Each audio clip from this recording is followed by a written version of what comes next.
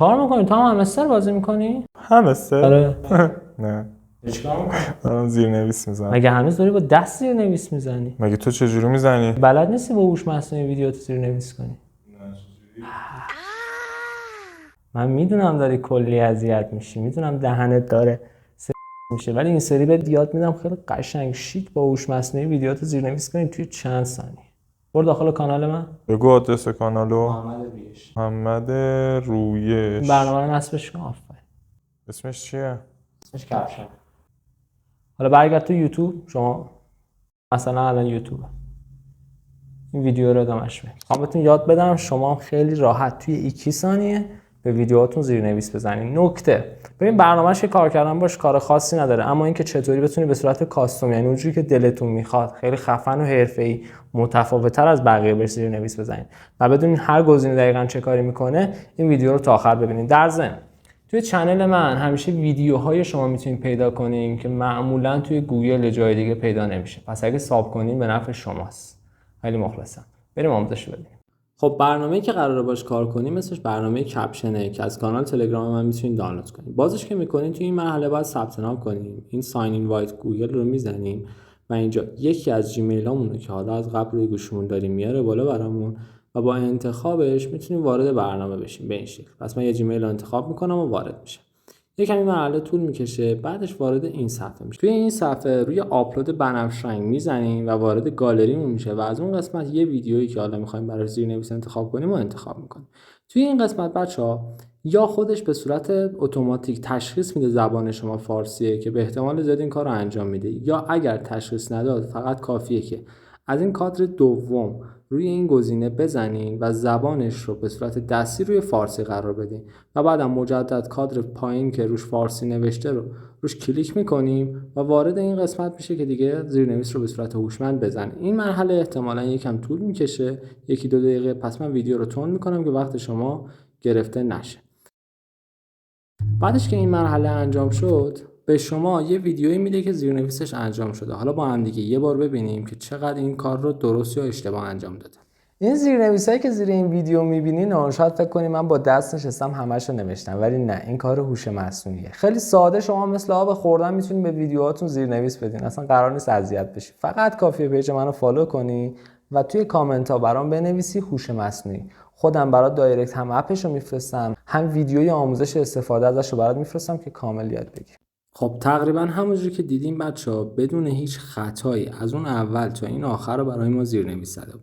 اما ما اگر بیایم فرض رو بر این ببینیم که یکی از این جملات رو واسه ما اشتباه نوشته، یعنی غلط املایی یا والا هر شکلی اشتباه نوشته یا اشتباه تشخیص داده، میتونیم هر کلمه‌ای رو که می‌خوایم این خط صاف سفید رنگ روش قرار بدیم، انتخابش کنیم.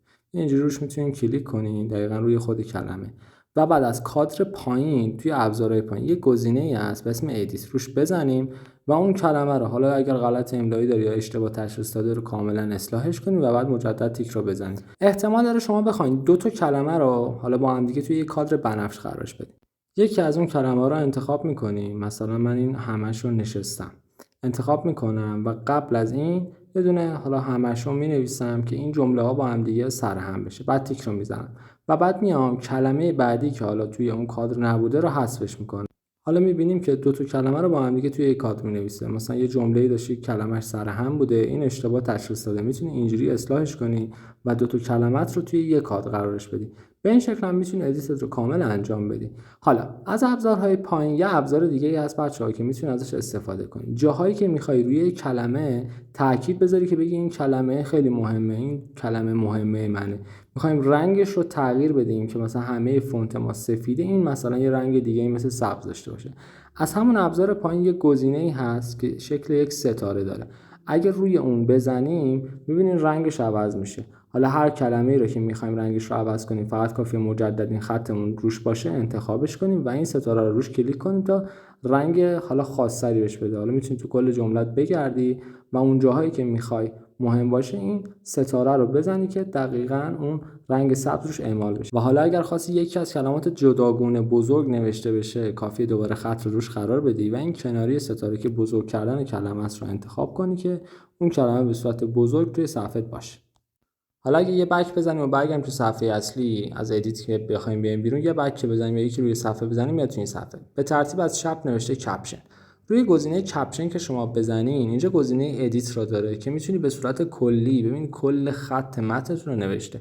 هر جاش رو احساس کنین اشتباه کرده از این اصلاحش کنین که دقیقاً بهتون گفته که از کجا تا کجا مثلا جمله‌تون اینه. هر جاش رو احساس کردین که اشتباهی میتونین به صورت کلی این کار رو انجام بدین. یا اگه میخواین برشی داخلش بزنین با این گزینه اسپلیت میتونین برش بزنین و جلو عقبش کنین. و پس این شد ابزار ادیت کپشن. حالا کنار اون یه گزینه هست به اسم تمپلیت بچه‌ها. با این گزینه تمپلیت شما میتونین هر تمی که دلتون میخواد رو به متنتون بدین. یعنی آقا نمیخواین اون رنگ بنفشه بیاد، کلی تما و رنگای مختلفی داره که اگه این پایینش رو نگاه کنین رنگ بندیش هم این پایین است که اگه یکش رو انتخاب کنین دقیقاً اعمال میشه و از این بعد روی این تمپلیت متن شما گفته میشه که کلی طرحهای باحال هم داره، به سلیقه خودتون میتونید یکیش رو انتخاب کنین. حالا مثلا ما نمیخوایم اون تم اصلی باشه، این یکی رو انتخاب میکنیم و از ابزار پایین اپلای بزنیم. ببینید کلا تم اون کپشن ما یا زیرنویس ما کلا عوض میشه که مجدد حالا اگر دوست نداشته باشین میتونید بیاین اینجا و یکی دیگر رو انتخاب کنید، اون چیزی که دلتون میخواد، که حالا من دوباره این حالت دیفالت رو انتخاب میکنم. در کنار اون یه گزینه دیگه از کنار تمپلیت به اسم گزینه استایل. وقتی که بازش میکنی استایلت رو به صورت کاستوم یعنی دستی هر تغییری که دلت بخواد بهش میدی. گزینه اول نوشته تکست کالر یعنی رنگ متنی که شما داری. وقتی انتخابش میکنی اینجا یه پالت رنگی براتون داره که هر رنگی رو که انتخاب کنین متنتون رنگتون به اون اعمال میشه. این پایینش هم گزینه اوپاسیتی هست که میتونین وضوح متنتون یعنی پر رنگ یا کم رنگ بودنش رو انتخاب کنین که بهتره که کامل روی سطح قرارش بدین و حالا دکمه بک رو که بزنین اعمال میشه. زیر اون گزینه دوم امفاسیس کالر رو که انتخاب کنین اینجا میتونین بچه‌ها اون کلمات مهمتون که خودتون میگفتین اون ستاره رو میزدین مهم باشه اینجا میتونین رنگ اون رو مشخص کنین. حالا هر جا به جمله مهم برسه که شما از قبل ستاره دار کردین این رنگی که الان اعمال کردین انتخاب میشه و بعدم که انتخاب کردین همون گزینه بک رو که بزنین اعمال میشه. گزینه بعدی اون همون کادری که زیر متنتونه که اگه روی کالرش بزنین هر رنگ که دلتون بخواد اعمالش میکنه. الان من سبز رو گذاشتم، ببینید اون کادر زیری که داره میره به رنگ سبز. این گزینه کنارش اینه که بچه‌ها شما بتونید لبه های کادرتون رو به صورت گرد ببینید الان دایره شد یا به صورت تیز باشه. یعنی این کادری که به شما میده دوست دارین لبه گرد باشه یا لبه تیز باشه. با کم و زیاد کردن این میتونین این کار رو انجام بدین. بعدم که کارتون اوکی شد همین دکمه بک رو که مجدد بزنین اوکی میشه. مثلا ما رو حالت گرد قرارش میدیم. این گزینه پایین بچه استروک همون خط دور متنتونه. ببینید ما وقتی که استروک رو روشنش میکنیم و یکم زیادش میکنیم یه دونه مشکی میفته دور متنمون که خیلی ریزه. حالا اگر اینجا نمیبینیم بعدن رو گوشی خودتون که دقت کنید میبینید دور کلمات یه خط مشکی میبنده که حالا من پیشنهاد میکنم اگر متنتون دیده نمیشه استروکتون رو زیاد کنید، اگرم دیده میشه که اوکی نیاز نیست استروکتون رو زیاد کنید، روی همون صفر قرارش بدین اوکی. بعدم بک رو میزنید. گزینه بعدی بچه‌ها سایه‌ای که زیر متنتون بدین این به صورت دیفالت حالا روی مشکیه. شما میتونید هر رنگی مثلا ببینید من الان سبز رو میذارم یا زرد رو میذارم به صورت خیلی رنگ باحالی زیر متنتون میفته که جذاب‌تر میکنه ویدیوتون رو. مثلا من الان رنگ زرد رو انتخاب میکنم که بیفته زیر کارم و متنم انگار روشن شد. یکم که بیایم بالاتر بچه‌ها اینجا فونت‌ها رو میتونید تغییر بدین. البته یه چیزی بهتون بگم زیاد روی فونت فارسی تأثیری نمیذاره و همون فونت دیفالت موبایلتونه که دقیقاً همون. حالا اگر میخواین عوض بشه فونت گوشیتون رو باید عوض کنید. گزینه‌های پایین‌ترش بچه‌ها فاصله بین کلماتتون، یعنی میتونین کلماتتون رو کم و زیاد کنین فاصله بینش رو که حالا بهتر رو اوتو یا صفر بذارین. این یکم فاصله خطوطه که بین دو تا خط چقدر فاصله باشه که اگر کمه میتونین به صورت دستی زیادش کنین. این بود بچه‌ها کامل تمام و کمال تنظیمات کاستوم این برنامه که میتونین اعمالش کنین. و حالا ببینین که کامل روی ویدیوی من تغییراتی که دادم ایجاد شده. و هر وقت خواستین سیوش کنین از اون گزینه بالا خیلی راحت میتونین روی گزینه اکسپورت بزنین و کاملا ذخیره میکنه داخل گوشیتون. یه کوچولو شاید طول بکشه ولی خیلی راحت ذخیره میکنه داخل گوشیتون.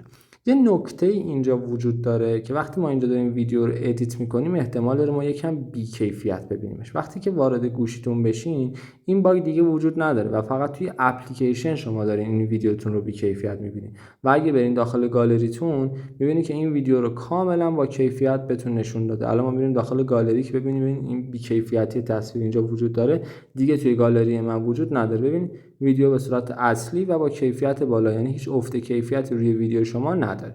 یه باگ دیگه بچه‌ها این برنامه داره که احتمال داره که بعد از چند بار استفاده واردش که میشین و یه ویدیویی بهش میدین، بذارید من اینو ببندم، وقتی یه ویدیو بهش میدین این پایین دیگه فارسی رو تشخیص نمیده و خودش مینویسه انگلیش. و اگر رو این کادر هم بزنین چیز خاصی براتون نمیاره. حالا چطوری این باگ رو بتونین برطرف کنین؟ وارد تنظیمات موبایلتون میشین و توی اون قسمت گزینه اپ یا برنامه‌ها رو پیدا میکنین. حالا اگر انگلیسی بود اپ، فارسی برنامه‌ها. حالا اینجا میتونین از قسمت سرچ اسم برنامه‌ای که کپشن است رو سرچ کنین و بازش کنین. حالا یکم که بیاین بالاتر یه گزینه به اسم استورج یا حافظه هست. این گزینه رو باز کنین و این گزینه کلیر دیتا یا پاک کردن دیتا رو بزنین و کلا دیتاشو حذف کنین. و وقتی مجدد میایین داخل برنامه از اول باید ثبت نام کنی، همون ایمیل رو بدی و ازش استفاده کنی. امیدوارم که این آموزش به درتون خورده باشه و کلی بتونین ازش استفاده کنید. خسته نباشی. تشکر. متشکرم. مثلا مرسی. واقعی. مرسی، دست در نکن.